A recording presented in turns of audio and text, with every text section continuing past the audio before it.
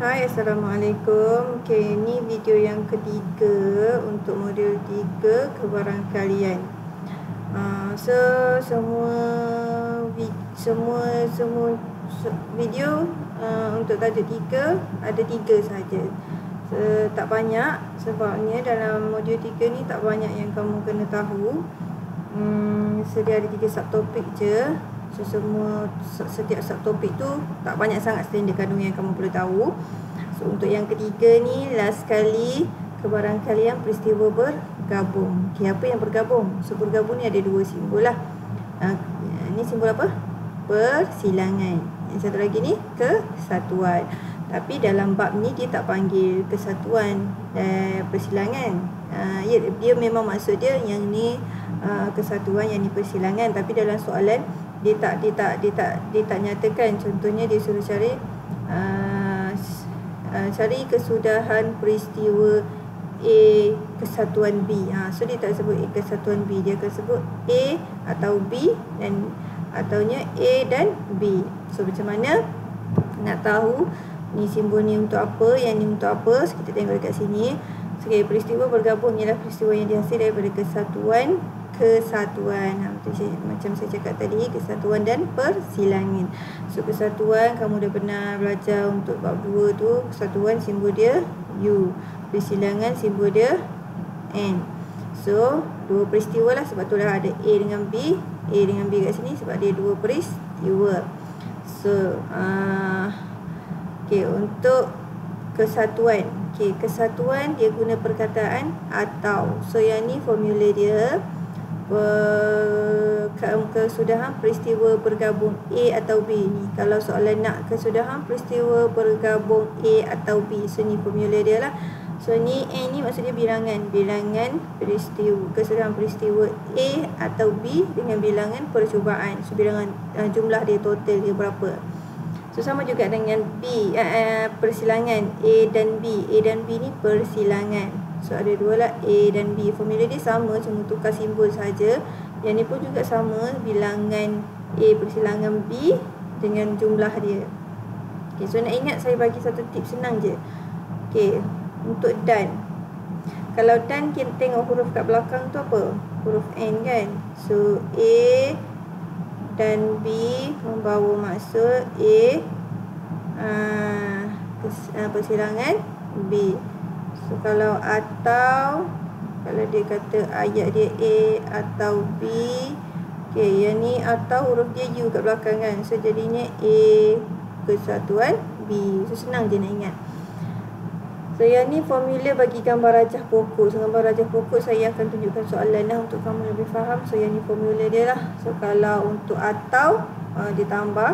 Kalau untuk dia ada 2. Kalau atau ni dia ditambah, dua-dua ni tambah, tapi yang nombor 2 ni dia kena tolak dengan persilangan. Yang ni kamu akan kena buat soalan baru faham. Okay, kita akan buat contoh nanti. So yang ni untuk dan dia darab. Okay, so kalau atau ni tambah, kalau dan tolak. So kalau dan tolak, kalau atau tambah. Okay. Okey, yang ni dia punya aktiviti untuk menentukan macam mana dia boleh dapat yang ni. Okey. Ni apa? Yang ni adalah formula nak cari ruang sampel. Dia tak perlu ingat pun sebenarnya ni. Tengok soalan pun dah tahu. Okey. Dia punya aktiviti dia ada duit 10 sen, 20 sen, 50 sen. Okay, so murid duduk secara berpasangan. So maksudnya ada 2 orang lah. So setiap pasangan murid dia sediakan satu kotak yang mengandungi 3 jenis shilling yang bernilai 10 sen, 20 sen, 50 sen. So setiap murid dalam pasangan memilih sekeping shilling dari kotak secara rawak. So secara rawak tu maksudnya main ambil je lah, dia tak pilih. Okay, so nilai shilling dicatatkan dalam jadual. So kembalikan shilling dalam kotak, ulangi langkah 2 dan 3 sehingga 5. So aktiviti ni dalam kelas. Okay. Yang ni dia kita nak tahu kesudahan dia tu sampai berapa kemungkinan yang kita boleh buat. So dekat sini dia boleh so sebelum timbulnya ni kita buat yang ni dulu. Okay, kat sini dah ada 10 sen, 20 sen, 30 50 sen. Okey. Untuk mudahnya saya lebih suka buat macam ni lah. Okay, kita start dengan 10 sen dulu. Letak pensel awak dekat 10 sen. So 10 sen pergi dekat 20 sen. So 10 20. Lepas tu dia pergi dekat 50 sen. So 10 50 sen. So dah siap yang 10 sen pergi kat 20 sen pula. 20 sen pergi 10 sen. So jadi 20 10. Lepas tu dia pergi dekat 50 sen pula. 20 50. So dah habis 20 sen pergi dekat 50 sen pula. 50 sen pergi pergi 10 sen. So jadi 50 10 sen. So yang last sekali 50 pergi 50 pergi 20. So 50 pergi 20. So senang je.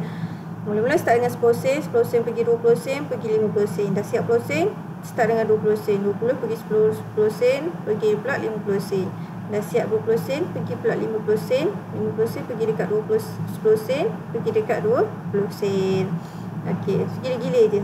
Pusing-pusing dekat situ.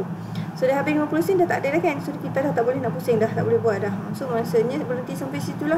So kita kira ni 1 2 3 4 5 6. So 6 kemungkinan, 6 kesudahan peristiwa sahaja. Maksudnya yang 2 orang yang pilih ni dia boleh dapat yang ni sahaja. Dia tak boleh nak dapat yang lain dah. So itu maksud dia nak buktikan dia punya ni lah. Okey, so kita kira 1 2 3 4 5 6. So dapat 6. So ruang sampel ni ada 6. So ruang sampel ni cara tulis dia dekat depan dengan belakang ni mesti ada curly bracket lah. So kita masuk lah. So yang ni kena dalam kurungan 10 20 10 50 20 10 20 50 10 50 10 50 20. Okey, so ada 6 kan. So macam mana boleh dapat 6 tadinya? Sebab unsur kat sini ada 3. So dekat sini ada 2 orang yang ambil. So 3 dah ada 2 6. So dia nak buktikan yang ni lah. So nanti dalam soalan nanti bila dia suruh cari ruang sampel, kita carilah dulu jumlah dia supaya bila kita buat tu betul. Kalau dia dapat 6 kat sini, mestilah kita kena senaraikan 6. Kalau kat sini dia dapat 10, so kita kena senaraikan 10. So ruang sampel ni memang famous dalam soalan PA. Okay, kita cuba tengok contoh yang ni. Ni ruang sampel. Okay, ruang sampel soalan dia memang wajib. So yang ni memang keluar. Saya jamin ruang sampel ni memang keluar dia punya soalan dia. Okay. So ruang sampel 5 keping kad berlabel TEKUN dimasukkan dalam sebuah kotak. 2 keping kad dipilih secara rawak. Okey, so 2 keping kad maksudnya dia pilih 2 kali lah. Okey, so sebelum tu kita kira dulu jumlah dia ada berapa supaya bila kita senaraikan ni betul lah. Okey, so 5 keping kad kan. Yang pertama ada 5 keping. Okey. So yang kedua pun ada 5 keping jugalah. Sebabnya kad yang sama. So 5 darab 5 25. So dia punya ruang sampel ni ada 25 semua. So bila kita buat nanti pastikan cukuplah 25. Kalau tak cukup tu ada something wrong lah kat mana-mana. So dia punya penunjuk kita lah kat sini ni. Sama ada kita buat betul ataupun salah. Okey. Okey, yang ini kita panggil rajah pokok. Ni rajah pokok dah ni. Okey, satu ni maksudnya pilihan yang pertama. Okey, pilihan yang pertama. Okey, saya buat kat sini supaya kamu lebih nampak. So pilihan pertama dia ada 5 kad kan. So TEKUN. So pilihan pertama boleh jadi dia ambil T, boleh jadi dia ambil E, boleh jadi dia pilih K, boleh jadi dia pilih U, boleh jadi dia pilih N. So sama juga. Yang ni untuk pilihan pertama. Okay. So pilihan 2 untuk T ni ada 5 kad juga kan tadi kan. So ada 5 lah. 1, 2, 3, 4, 5. So huruf dia samalah sebab dia kad yang sama. TEKUN. Dia sini pun sama. TEKUN. So ini pun sama. Ni kamu cuba buat yang ni ada 5 lah. Semua sama. So nanti kita nak senaraikan dia. Kita buatlah. Untuk yang pertama ni T dengan T. Lepas tu TE dengan E. Lepas tu T dengan K. K. So T dengan U. So kamu senaraikan semua ni, dapatlah 25. So cuba kira ni 1, 2, 3, 4, 5, 6, 7, 8, 9, 10, 11, 12, 13, 14, 15, 16, 17, 18, 19, 20, 21, 22, 23, 24, 25. Betul lah. Okey. Ni nak guna gambar rajah pokok lah. Tapi kalau kamu dah cepat kecap, nak buat macam ni pun boleh lagi, senang lah. So ikut mana-mana yang selesa. So macam saya buat yang shilling tadi lah. So yang shilling tadi kita start dengan T. T, pilihan pertama T, pilihan kedua pun T.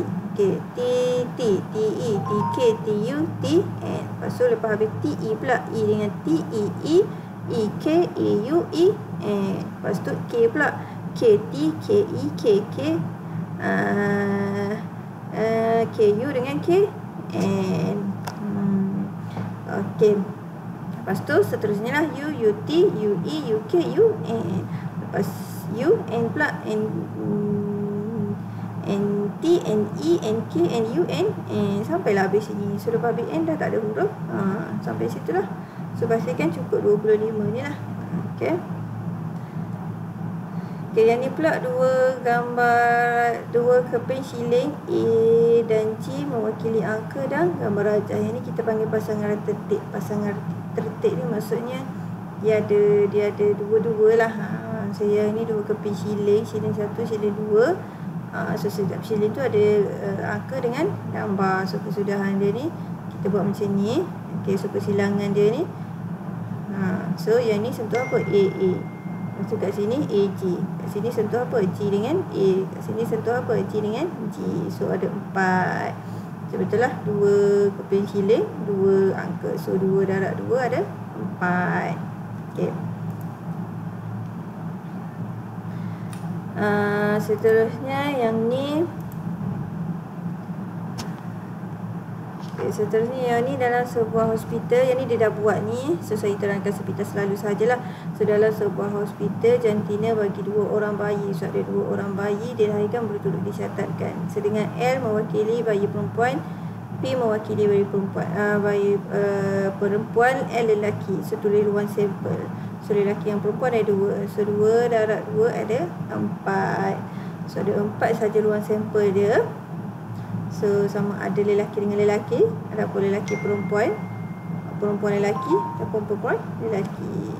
So tu LP. Okey. Okey, asal ni kat sini kan. Okey. Letak kat sini L, LL dengan LP. Lepas tu P pula, PL dengan PP. Simple je. Tapi kamu nak buat pokok pun boleh juga. Pokok PL. Kat sini P dengan L, dekat sini P dengan L. So nanti senaraikan P dengan P, P dengan L, L dengan P, L dengan L. So cukuplah 4. So nombor 3, sebiji dadu mempunyai sekeping shilling dilemparkan secara serentak. Hitung kebaran kalian untuk mendapatkan nombor ganjil. Dan inilah contoh soalan tadi, nombor ganjil dan gambar. So dan tu maksud dia huruf apa ni yang belakang ni? N. So simbol dia persilangan. Okey, so tengok contoh dia buat ni, nombor ganjil. So kita tengok dulu nombor ganjil. Kalau dadu ada berapa? 1 hingga 6 kan? 1, 2, 3, 4, 5, 6. So nombor ganjil yang bukan dalam sifir 2 lah 1, 3, 6. So ada 3 nombor. Sebab tu lah kat sini dia buat 3/6.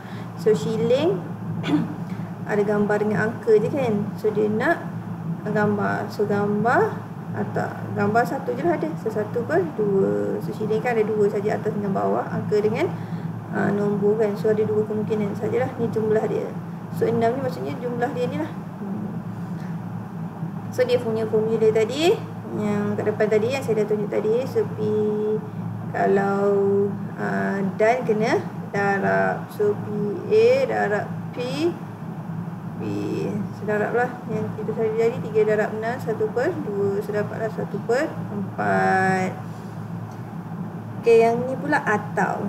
Okey, so atau ni 3 biji kuli kuning, 4 biji kuli merah, 6 biji kuli biru dimasukkan dalam sebuah kotak gelap. Sebiji kuli dikeluarkan secara rawak. Seberapakah kebaran kalian bahawa kuli yang dikeluarkan itu berwarna kuning? Okey. So sebenarnya kita cari dia punya total dulu, NS tu dulu. So tambah semualah. 3 tambah 4 tambah 6, 13. Okey. So kita nak cari atau kan. So atau dia punya simbol dia huruf belakang ni U. So kesatuan. Okey. So dia nak kuning. So kuning ada berapa? 3. So kuning 3 per 13. Merah ada berapa? 4. So keseluruhan dia ada 13. So tambah saja.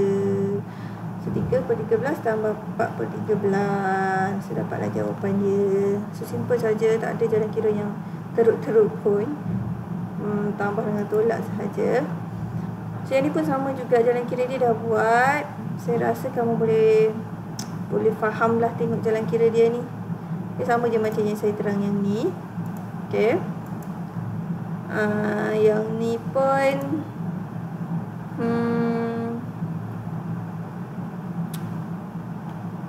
okay lah, saya tunjuklah sepintas lalu. Okay. 8 keping kad berlabel dengan nombor 4, 5, 6, 7, 8, 9, 10 diletakkan ke dalam sebuah kotak. Sekeping kad dipilih secara rawak. Okay, dipilih secara rawak. So kata kunci dia yang ni lah, sekeping kad. Okay. A ialah peristiwa mendapat satu nombor lebih besar daripada 8. Okay. B peristiwa yang lebih besar daripada 8. So kita narai kat sini lah. So lebih besar daripada 8. Lebih besar daripada 8. Yang ni nombor perdana. Yang ni nombor genap. Okey. So cari satu-satu nombor besar. Okey, ni dia senarai kat sini dah. So untuk A ni, set A ni, nombor yang lebih besar daripada 8, 9 lah. 9, 10, 11. So ada 3. Ada 3 nombor. So sebab tu lah kat sini dia buat 3 per 8. 8 ni sebabnya ada 8 ni lah. 1, 2, 3, 4, 5, 6, 7, 8. So P peristiwa mendapat nombor perdana. Nombor perdana ni nombor yang boleh dibahagi dengan 1 dan dia sendirilah. Apa? 5, 7, 11. So ada 3 juga. Ni dia dah buat yang ni. Ni dia dah buat untuk P. Yang ni set A. So ada 3 per 8. So C peristiwa apa? Mendapat satu nombor genap. Nombor genap 4, 6, 8, 10 lah. Ada 4. Nombor genap tu yang ada dalam sifir 2. So mari kita tengok soalan dia lah. Tentukan sahkan rumah penambahan. Okay, yang ni nak sahkan. Tentukan sah rumah penambahan kebarang kalian bagi setiap peristiwa bergabung dengan menyenaraikan kesemua sudahnya. Okay, so P, A atau B. So kalau kita tengok formula tadi, yang ni tentu sahkan tu maksudnya dia nak buktikan. Tadi kan formula tadi kat depan tadi kita tengok yang ni kan. Tadi ada kat depan tadi. So macam mana nak buktikan ni? So kita kena carilah kiri dia mesti sama dengan kanan. So kita cari nilai belah kanan ni dulu. So kita cari nilai belah kiri. So kalau sama maksudnya kita berjaya menentusahkan dia. Okay, so kita cari dia punya belah kita cari PA dulu. Okay, PA dia dah jumpa 38. Kita dah cari 38. PP pun probability untuk B pun 38. Okay, yang ni A atau ni kan. Okay. Yang ni A dan okay. A dan B. Okay.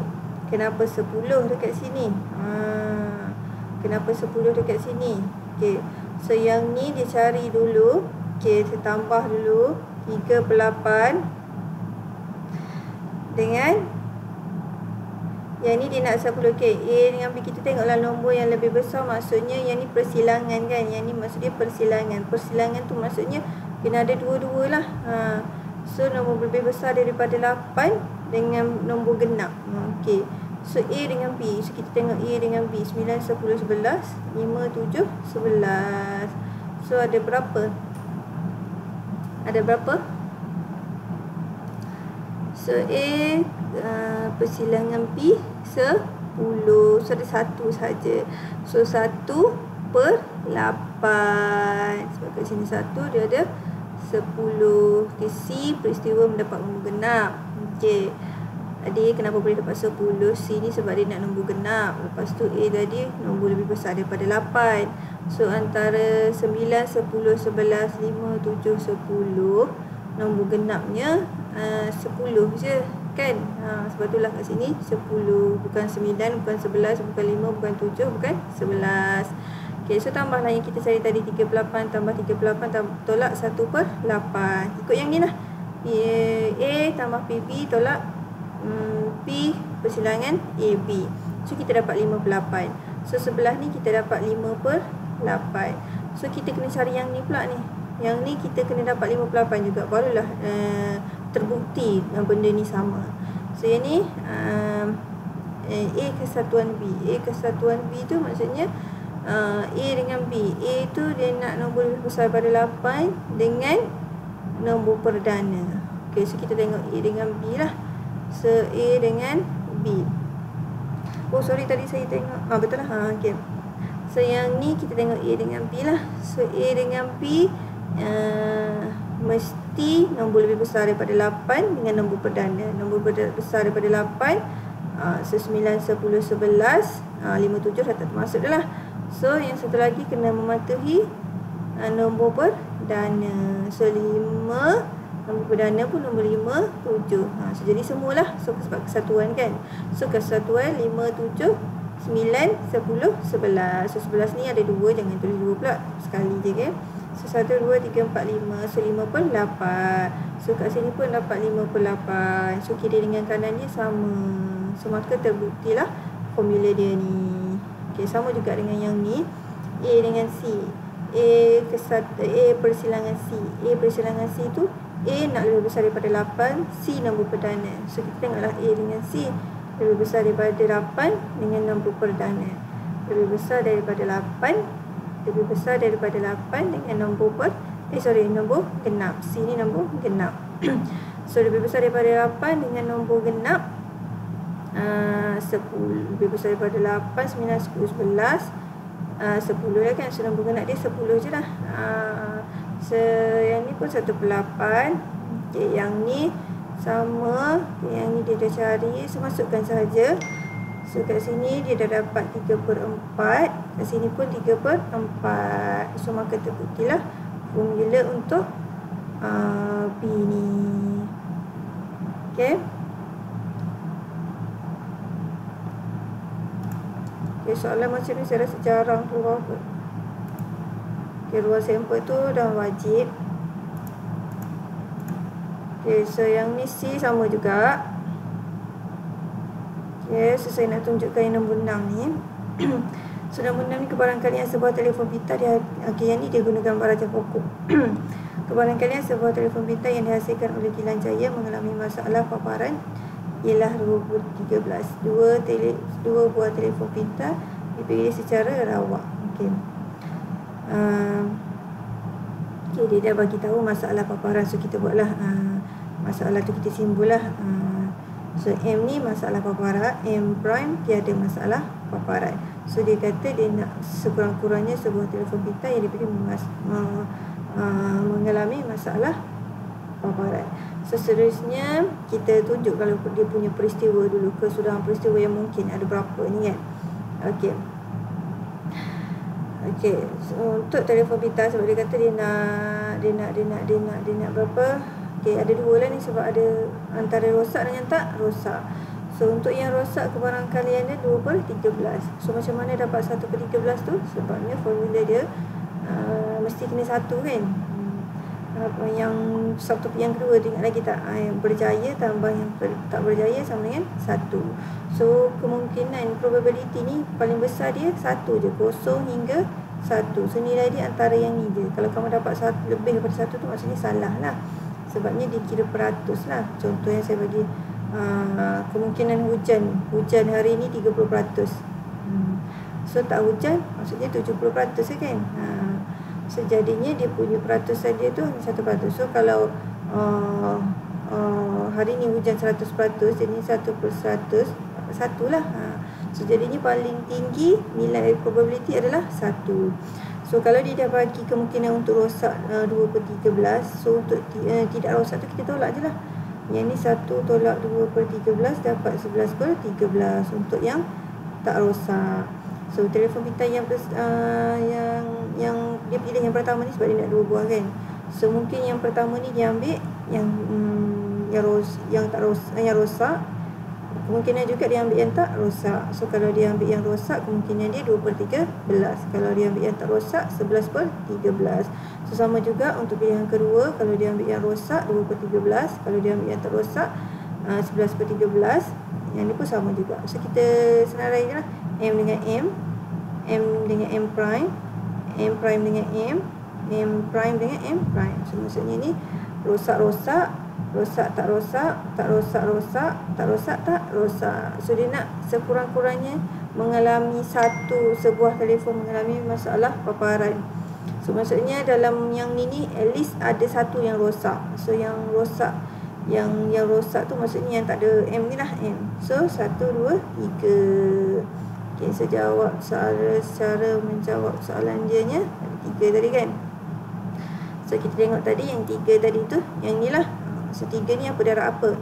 Datangnya daripada M dengan M kan. So apa darab apa? Dia kena darab 2/13 darab dengan 2/13. Yang ni 2/13 darab dengan 11/13. Lepas tu yang ni datangnya daripada sini kan, 11 pergi sini. So ikut anak panah dia. So 11/13 darab dengan 2/13. So tambah semua ni. So tambah ni kamu dapatlah jawapan je. Sama juga soalan B, kedua-dua telefon pintar tidak mengalami masalah paparan. Tidak mengalami masalah paparan maksudnya dua-dua M prime. So mana dua-dua M prime? Yang ni lah datangnya daripada 11/13 darab 11/13. So 11/13 darab 11/13 dapat yang ni. So itu sahaja contoh yang ada dalam ni. So dia ada bagi latihan. Okay. So latihan ni saya nak kamu cuba buat dan kita akan bincang dalam kelas nantilah. Okay. So yang untuk set banyak juga ni dia bagi ni. Nanti saya akan buatkan untuk kamu juga dalam kelas. So untuk yang surat berapa dia ada bagi set contoh peperiksaan. Yang ni start daripada yang ni kita akan buat sama-sama lah untuk persediaan PA nanti. Okay, so cuba fahamkan dulu untuk tajuk 3 ni apa yang kamu perlu tahu, apa yang perlu dititik beratkan, standard kandungan apa yang perlu tahu. So untuk yang ni saya highlight balik apa yang kamu kena tahu tu adalah ruang sampel, macam mana nak cari ruang sampel. Yang ni formula dia untuk dan dengan atau macam mana tanda dia, dan tanda dia macam mana, atau tanda dia macam mana. So yang lain kira tu basically tambah dengan darab saja. Cuma kamu kena fahamkan soalan macam mana nak tackle soalan tu lah. Contohnya macam soalan yang ni macam sebiji dadu. Dadu ni kita kena tahu ada 6. Macam tu lah. Kalau shilling kita kena tahu dia ada 2 gambar dengan angka. So yang ni kamu kena tahu yang jumlah dia kena tambah. Itulah. So tengok dulu video ni. Kalau tak faham tengok ulang-ulang. Dan dalam kelas nanti kita akan buat latihan, kan? So sampai sini sahaja. Assalamualaikum. Terima kasih.